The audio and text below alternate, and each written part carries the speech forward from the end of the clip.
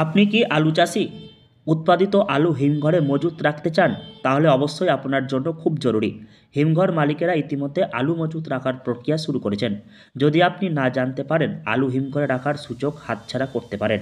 কী পদ্ধতিতে হিমঘরে আলু রাখার বন্ড বিলি করা হবে, বন্ড নিতে কী কী তথ্য প্রয়োজন, এই সমস্ত বিষয়গুলি জানিয়ে হিমঘর মালিক সংগঠন ইতিমধ্যে বিজ্ঞপ্তি প্রকাশ করেছে। আলু চাষিদের সুবিধার জন্য অগ্রিম সুষ্ঠু ব্যবস্থা গ্রহণ করতে চলেছে মালদহ জেলা cold storage industry honours association.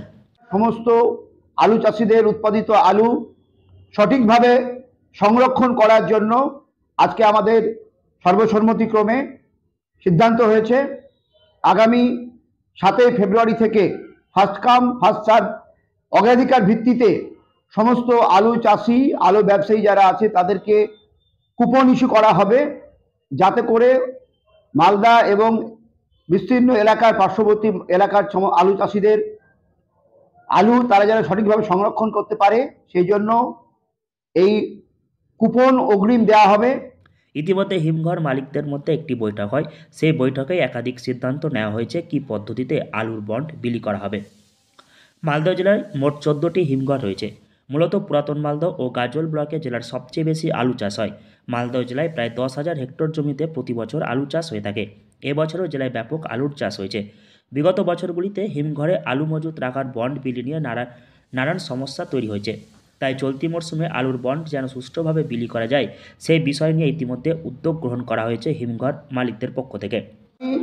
13ই ফেব্রুয়ারি ওই কুপন অনুযায়ী নির্দিষ্ট পরিমাণে প্রত্যেক আলু চাষিদেরকে বন্ড দেয়া হবে এবং পরবর্তীতে পশ্চিমবঙ্গ সরকারের যে নির্ধারিত সময়সূচি থাকবে সেই সময়সূচিতে লোডিং আমরা শুরু করব এবং মালদা জেলা প্রশাসনের সঙ্গে তাদের সহযোগিতা নিয়ে আমাদের পশ্চিমবঙ্গ সরকারের যে রিজার্ভ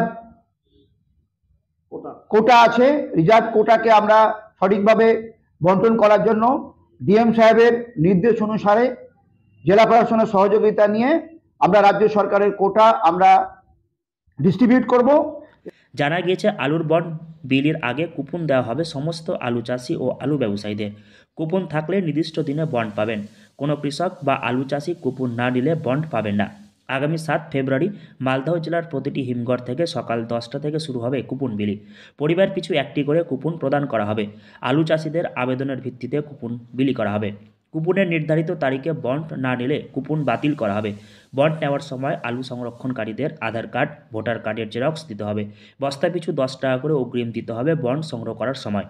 এ সমস্ত নির্দেশিকা জারি করে একটি বিজ্ঞপ্তি প্রকাশ করা হয়েছে মালদহ জেলা কোল্ড স্টোরেজ ইন্ডাস্ট্রি অনার্স অ্যাসোসিয়েশনের পক্ষ থেকে। ইতিমধ্যে জেলার প্রতিটি হিমঘরে এ বিজ্ঞপ্তি দেওয়া হয়েছে। পাশাপাশি জেলার আলু চাষিদের মধ্যেও প্রচার করা হচ্ছে। মালদহ থেকে হরষিত সিংহ, লোকাল 18 বাংলা।